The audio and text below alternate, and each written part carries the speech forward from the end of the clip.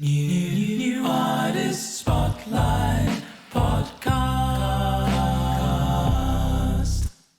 Hello, everyone, and welcome again to the New Artist Spotlight Podcast. I'm Wilko Wilkes. And I'm the guy who puts the rapping reports, Origin Crxss. Now, if you've watched or listened before, you'll know that we're here to interview some of the artists from the New Artist Spotlight playlist, which is your best gateway to some of the freshest new talent coming out of everywhere in the world, really. Independent artists across the globe. Excuse me. Yeah, that's right. And check out the website, newartistspotlight.org, where you can find news, reviews, and all sorts of cool content. Now, today's guest is very well known on the New Artist Spotlight playlists. Yes, born in the Netherlands, but joining us today all the way from Egypt. Welcome to the show, Dorian Whisper. Thank you, guys. Wilko, Origin, great to be here. Thanks a lot for inviting me. I'm excited, to share my background and tell a little bit about the music. Yeah, I'm excited to hear it, man. Looking forward to that. For people who aren't familiar with your music, just tell us a little bit about yourself and your music. I grew up in a musical family, so I was exposed very early to a lot of music. I have an elder sister who plays the piano, so that was always there. My parents are making music. So I started playing the piano when I was 8. And I was always attracted by the guitar. So at a certain time, I wanted to change. And so I did that at 12. And then from 12 to 18, I played, I had lessons. So I'm referring to the lessons here. Everything was classical music, by the way, at that time.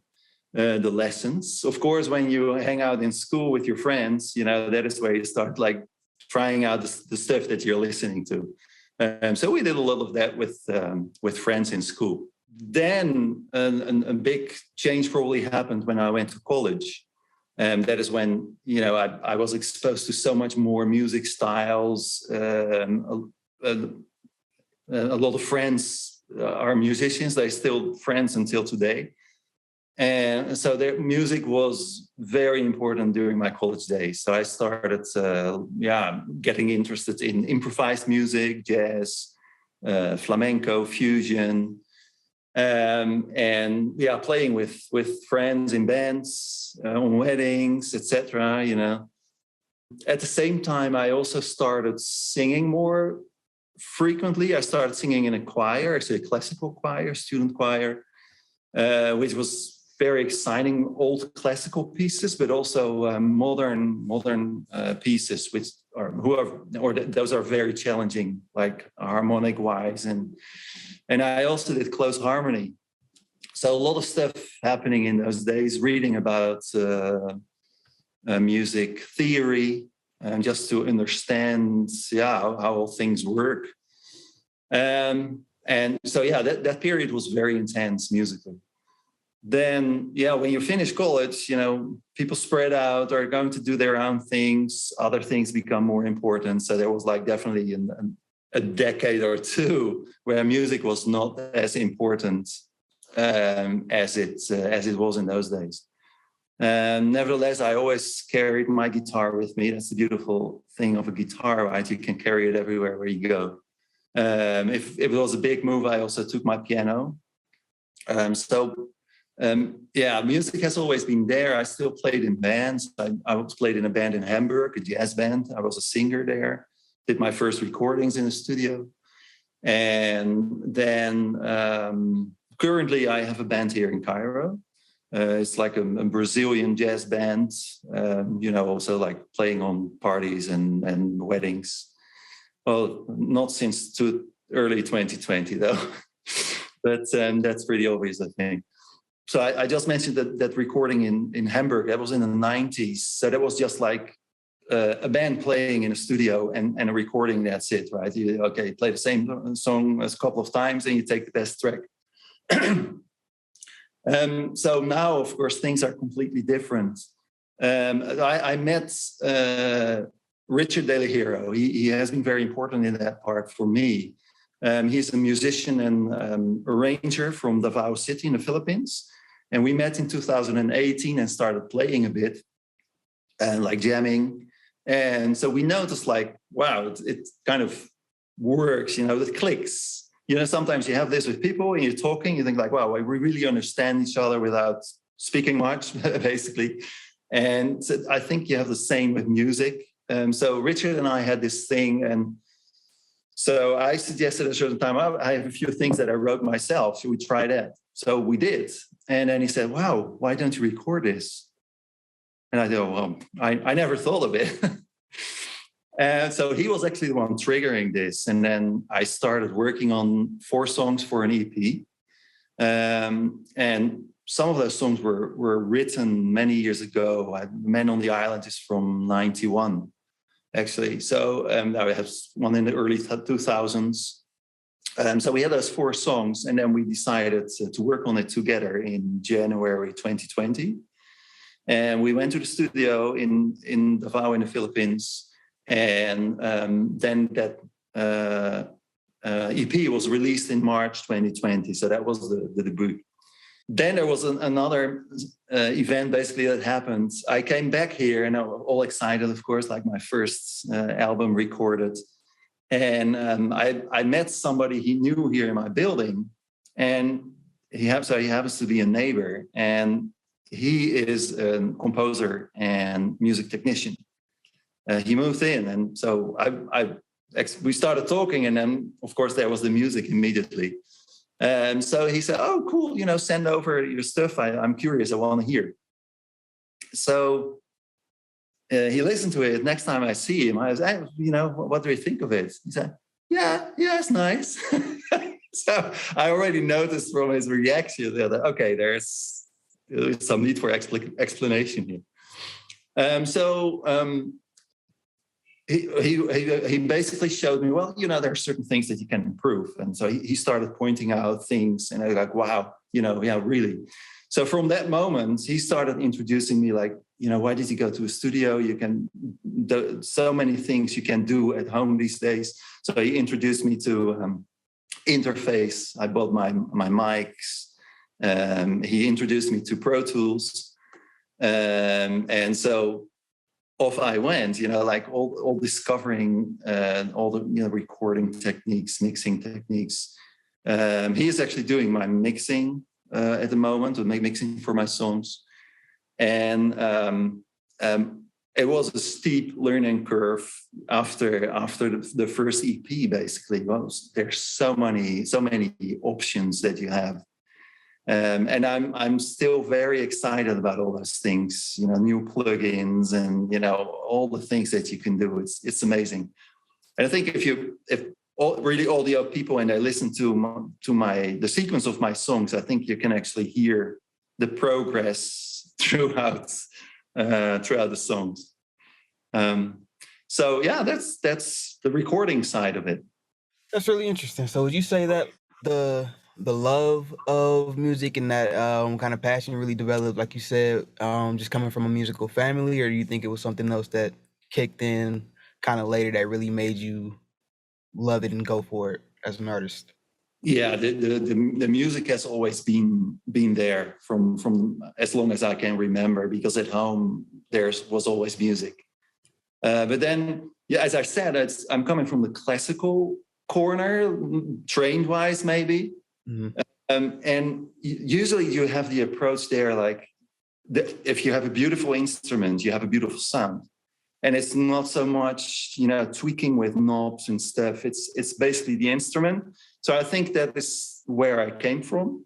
And that is why I still have to learn a lot about, all the audio tech that is possible these days. Yeah, I like that. And I think it comes across in your music that you've got like a wide amount of musical influence as well, because you've got all sorts of things going on. I listen to your tracks and there's always something that I didn't notice the last time I listened.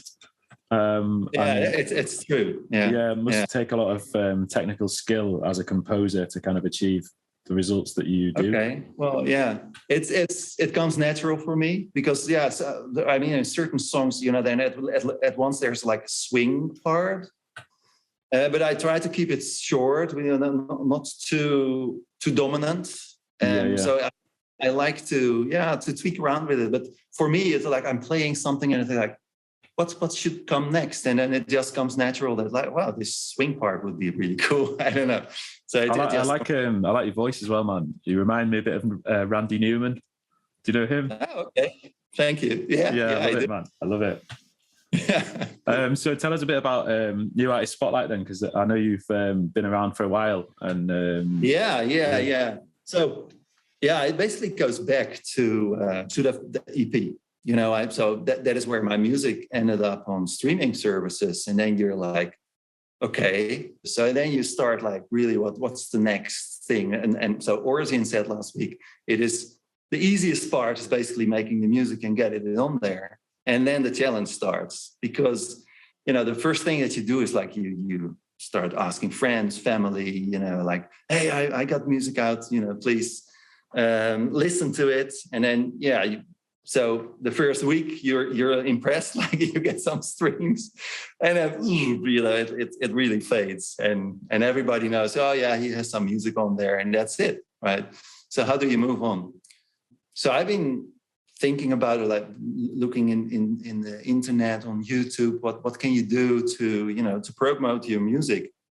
Also something new, I never did this before. What I did is going to artists that are like at a similar level of popularity, I will say. So they appear on certain playlists. So I started looking at those playlists, and then sometimes there's a name or a link, you know, and then so I started writing emails endlessly to people who curate playlists. And I think most of us went through that phase, longer or shorter. And so it was basically like the first half year I did that, and it was so much work, you know, to get on a playlist. And maybe, you know, you write 50 emails and there's one person who said, oh yeah, your song is fun. And then it ends up on the playlist that's not being played. So in a similar way, I found a playlist from NAS. And so I thought, okay, there's another name. So I wrote an email to Ed Eagle, or I think it was whatever, an email or a message somewhere. And so he replied and he said, you know, go to our website, you can submit your song. So in the meantime, I knew how difficult it was. And then, you know, to get your music promoted. So I was, in the beginning, I was a little bit skeptical when I saw the whole thing. So I entered, my song was placed, and, you know, I thought, okay, I'm just going to go step by step. So I started tier 1, see what happens. Then I go to tier 2 and see the different benefits of that, but just carefully, one by one. And, you know, eventually it was at the highest tier, and, you know, things were really going well. And you get to Discord was a little overwhelming in the beginning as well for most people, I think. So it was like, you know, find your way. So once you're there, like for a couple of weeks, you're into it. And then I was comfortable enough to, you know, to start answering people who had questions about it. So newcomers. So I thought, I went through this like a couple of weeks ago, and I can help you out. So I started answering questions, helping out the community. And then half a year later, Ed asked me, that was last summer, if I would like to join the moderator team. So I said, well, let's have a look at my time schedule, as we all always have to do. And then so I decided, okay, you know, I can do this. And I'm happy that I did, because it's so much fun. It's a great team to work with. And it's a great community to work with. So that's basically how I got into NAS. What I really like of it is, first of all, the international setting. I mean, really, what you just said, everybody from all over the globe, people are there. We have time zone issues, and, you know, like, it's kind of fun. What I also really like is people are relatively conservative, or maybe I should talk about myself only, but like listening to music, what people typically do is like, what didn't I hear for some time? You know, like in the old days, you had your LPs and you looked like, which one didn't I listen to? Oh yeah, I want to hear that one again. So that's what you put up. So people are kind of in their own loop. And yeah, you get exposed with some new music by friends or so, but not so frequently. So now with NAS, you listen to playlists and you hear a lot of stuff that I would probably never voluntarily choose to listen to. And now you see like, wow, there's so much interesting things happening in music styles that I actually never listened to. And so that is the exposure that I really like. And also the inspiration, even people that make similar music, they do things differently. And wow, I get lots of ideas from NAS. So yeah, that's my experience. Cool. And like I said every time, like everybody has their own path to finding an NAS, and we all stay for different, but a lot of the same reasons. And it's just like everything that you just said. We all go through that grind, that struggle, and then we find an NAS, and we're like, finally, something that's here for us. Something that's working for us. Exactly. So we're gonna take some time to listen to your song that just came out Tuesday, Imperfect Moments. You want to tell us a little bit about the song? Yeah. So the title Imperfect Moments actually refers to events that happen in our life. Usually the ones in the beginning of our life are very important of what we become eventually. So it's like imperfect moments, kind of describing situations that are very challenging, embarrassing, maybe disappointing. So highly emotional events. And the song is basically about like how do we deal with this? So there's two ways you can say like, okay, something happened and it was so horrible, I will always avoid getting back in such a situation. And by doing so, you basically let fear take over. The other option would be like, okay, something happened. Think about it. Why did it happen? Analyze it, and learn from it, and move on with that knowledge. So that is how you grow into who you will eventually be. And that is what the song is about. The lyrics.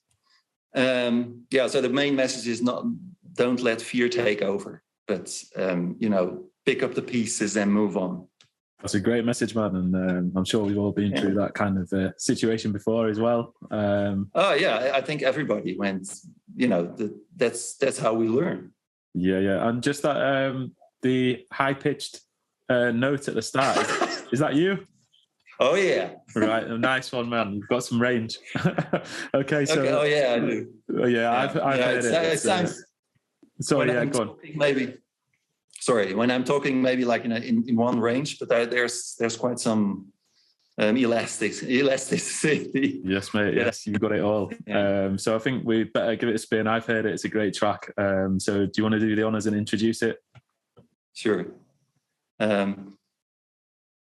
Only released 2 days ago.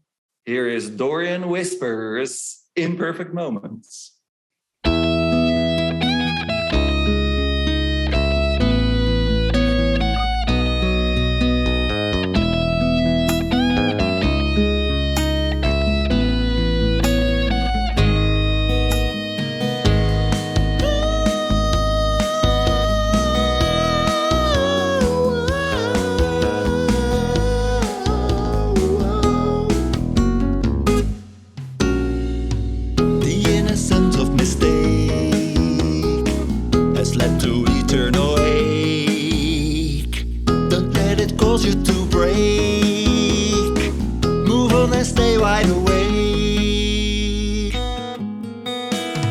Imperfect moments made us what we are.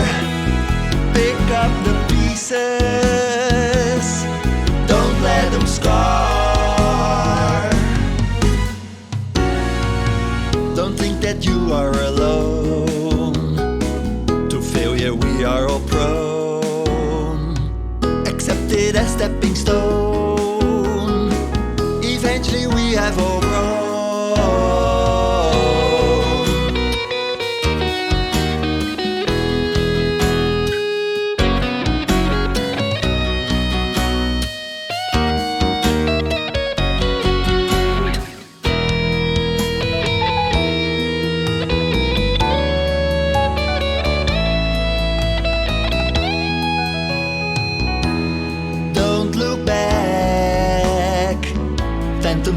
losing the track.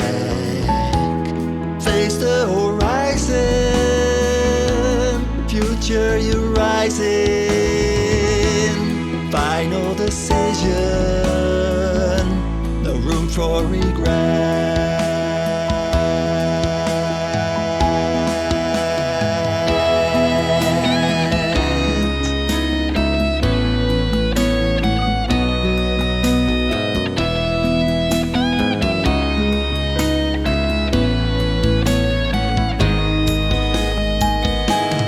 Imperfect moments made us what we are.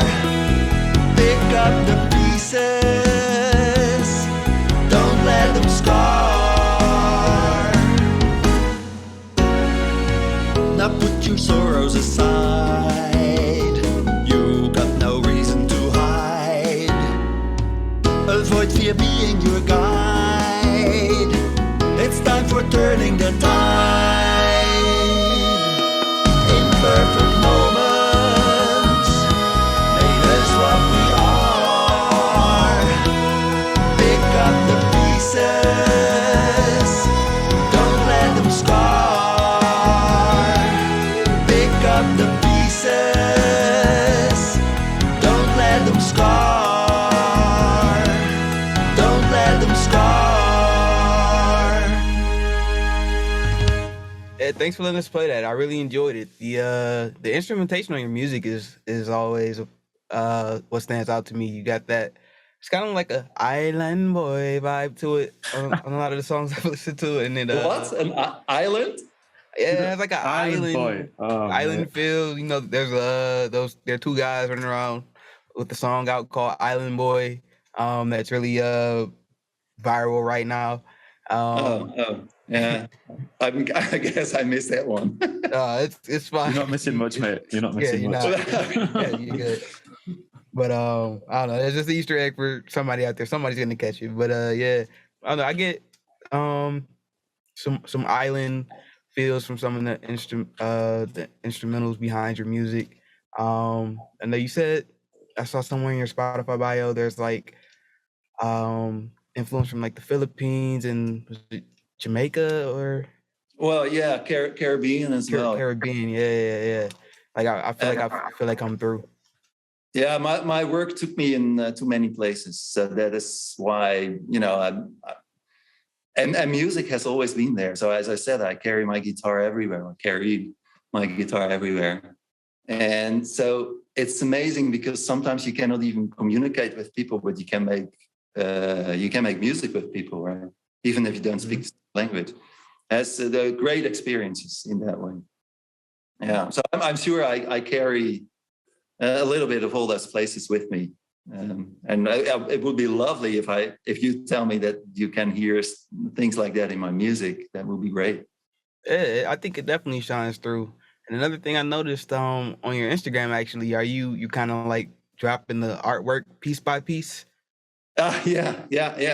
It's kind of a way to for the latest release, for example. You know, there's one quarter appearing, and then I can ask questions. What do you think it's going to be?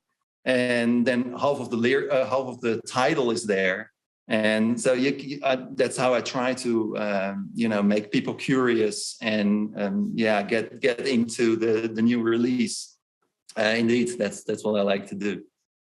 Cool. It's good, man. So It's clever. You want to talk about the artwork? Yeah, generally, yeah.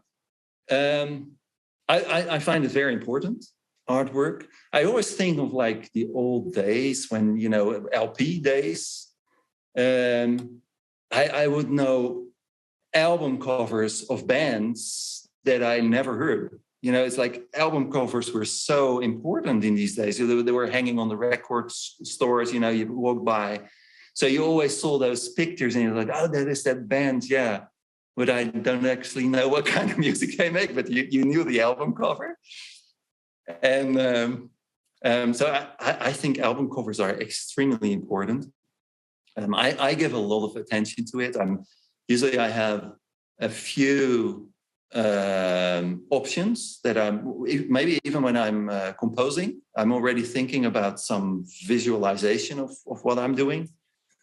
And then at a certain time and go pick like, no, this is the better one. And I continue with that. And then usually from that one, I might have like 15 different versions. And then I want to have feedback from friends or, people that I appreciate their feedback because of their knowledge.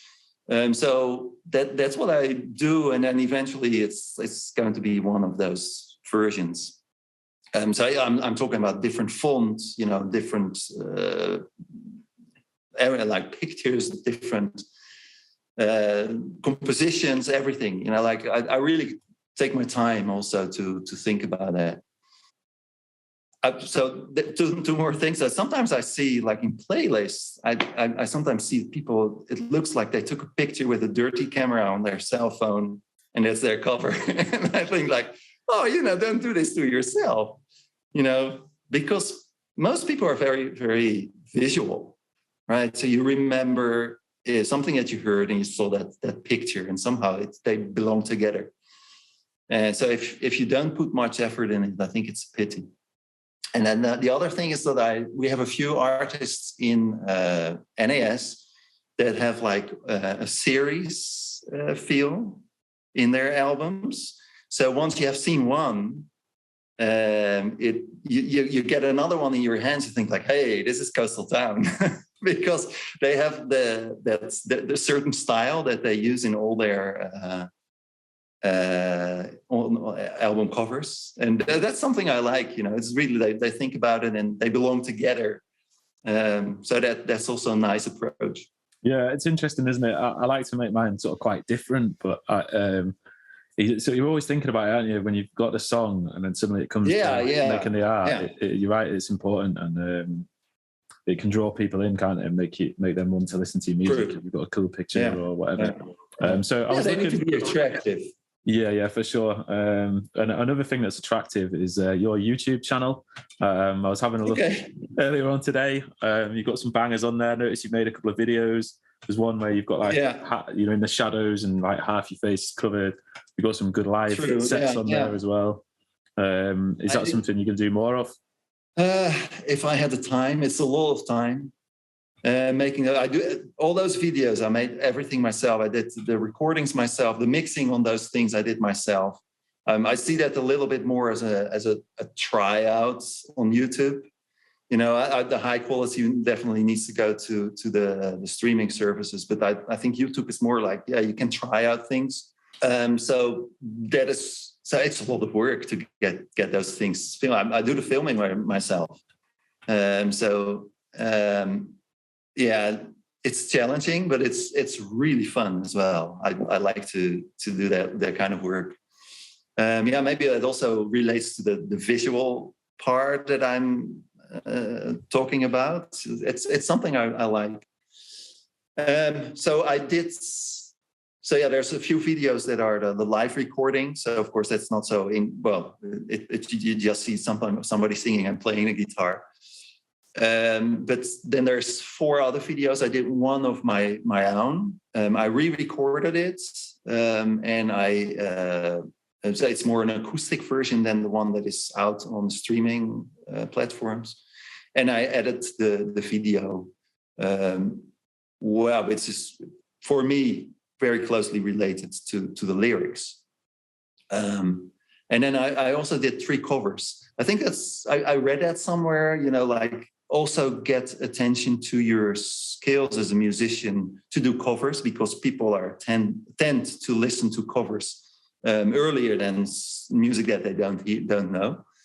And it looks like it because I did a cover from Phil Collins, Fleetwood Mac, and Jubin, a Brazilian composer. It's especially Fleetwood Mac and Phil Collins that get attention because people search and then they see that, or it's whatever promoted by YouTube because of those names. But if I do those covers, I also really want to make them my own with guitar, vocals, in a different way. definitely than not close to the original. So yeah, it's an additional time eater, I guess. Actually, I just heard the Phil Collins one earlier today. I was watching it. So was that you playing the guitar in the video? Yeah. Okay. Yeah. So I know, was it, and then did you like kind of edit in other clips of just Yeah. footage? Yeah. Well, yeah, you noticed that very well. Because I play jazz, I always tend to put 7s and 9s in the chords. So you immediately get kind of a jazzy feel if you hear those chords. And I'm so used to play those chords that I don't play like regular chords almost. So yeah, definitely. And I think it also gets a certain vibe by adding those chords. It gets something different. So tell us a little bit about what you got coming up next few months, the rest of the year. Yeah, so time constraints always make it limited, but I think I could get to 4 singles per year, especially now that I really put a lot of effort in the things. So I have a few things. The process how I work. So I mentioned Richard in the Philippines. So what I usually do, I compose. I do the first recordings on the guitar and the first vocals, and then so that the song is already complete, and then I send it to Richard, and he starts adding all the other instruments, and he sends it back to me, and I like, oh, this part I like, this I don't, and let's redo that part. So he works on it again, and then it comes back. And usually that's the second time that it comes to me. It's pretty much where it will go. And that is where I start, adding additional vocals or redoing my guitars. That happens very often that I think like, no, I want to redo it. And so I'm at that phase already with one song. So that should come out soon. I'm very excited about that one as well, although I know I must be very excited about the one that was just released 2 days ago. But I'm very excited about the new. Usually it's when you work with something, right, you're really excited about it. So that shouldn't take too long to get that one out. And then I already have another one in the Philippines, so that's also already complete. But it needs to still do the ping pong process. And I have 2 other ones that I'm working on right now here. So yeah, there's some stuff in the pipeline, and that should be, so that's 4. So I think that's going to be this year. I don't think I have more time than 4 per year. That's good, man. Yeah, funnily enough, I released 4 in 2020 and 4 in 2021. So I'm working at about 4 a year as well, and similar constraints with time. I think it's quite a manageable. It's manageable, but it's also quite decent rate of release, isn't it? And if you can keep doing that for a few years, I think so. You build up a catalogue quite quickly. Yeah. So right, Dorian, it's time to jump into the NAS Quickfire 5. Do you know the rules? You've got 15 seconds to answer each question, no longer, and so you'll have to think on your feet. And question 1 is, what is your favourite song from the New Artist Spotlight playlists?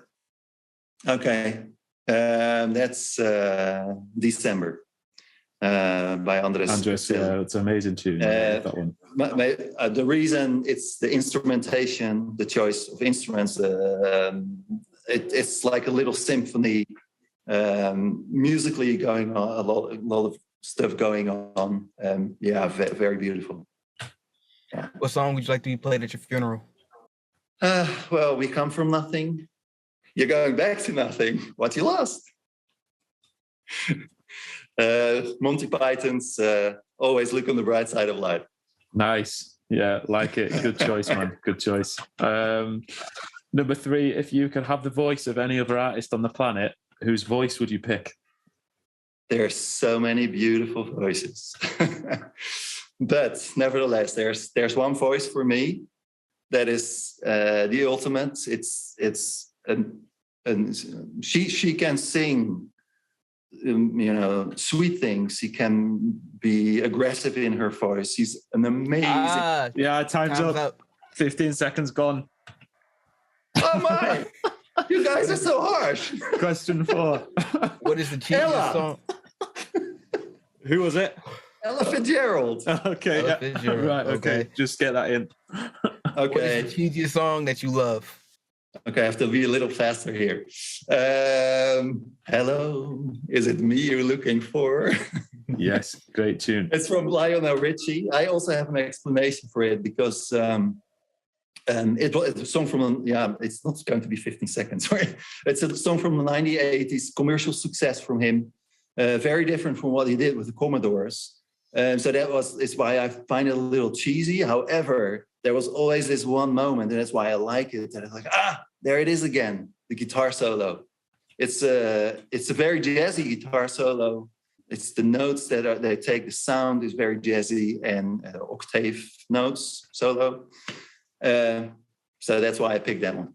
Yeah, it's a beautiful solo, man. Yeah, it's a really good song. I like that one. But question 5 is, if you could spend a day with one other NAS artist, who would you pick? Okay. I go for my steep learning curve on recording and mixing. I would like to spend a day in the studio with 2 guys or 2 days with each one. Andres Guazzelli and Mr. Tunes, Charles Connolly. Yeah, I think we could all learn a lot from those 2. Yeah, I would like to pick their brains. Really good answers. You got 4 out of 5 in time, so that's a B. Must try harder. Still pretty good. Yeah, but we want to thank you for joining us. It's been a great chat. Really good to meet you. Before you go, do you want to tell us where we can find you, your socials and everywhere we can find Dorian Whisper? I'm active on Instagram. I'm active on Twitter. Not so active on Facebook. Not so active on TikTok, but that might change. So it's Dorian Whisper or Dorian Whisper Music. Yeah, brilliant. Yeah, I've just dipped my toes in the TikTok water, and I'm not sure I like it. It's a bit cold for me, and I got out straight away. Yeah, it's different. Yeah.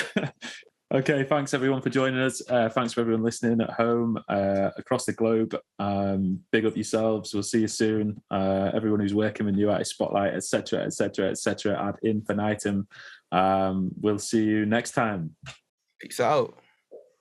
Thanks, guys. Thank you so much for having me. Bye, everyone. New